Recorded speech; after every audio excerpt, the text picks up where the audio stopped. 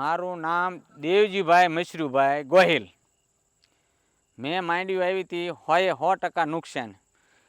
અમારે આમાં એવું હતું કે 3 લાખ રૂપિયાની અમને આમાંથી આશરે મળશે, પણ અત્યારે હાંધોય ખર્ચો કર્યો, હંધોય વિયો ગયો. કોઈ 1.5-2 લાખ રૂપિયામાં કોઈ વસ્તુની અમારે કાંઈ આશા નથી રહી. પણ અમારે જરૂર સરકારી શરીર માથે ભરોસો છે કે અમને વળતર મળશે. અને કપામાં તે હાવ ફેલ નીણ ઘૂંસો આ કપા માંડવીમાંથી સારો હાવ ફેલ થઈ ગયો, કોઈ વસ્તુ કાંઈ રહી નથી. એટલે અમને સરકાર શ્રી માથે ભરોસો છે કે અમને વળતર મળશે. કપામાં ઉગી ગયો, કપા છોડવે ને છોડવે કપાનમાં પૂરું થઈ ગયું.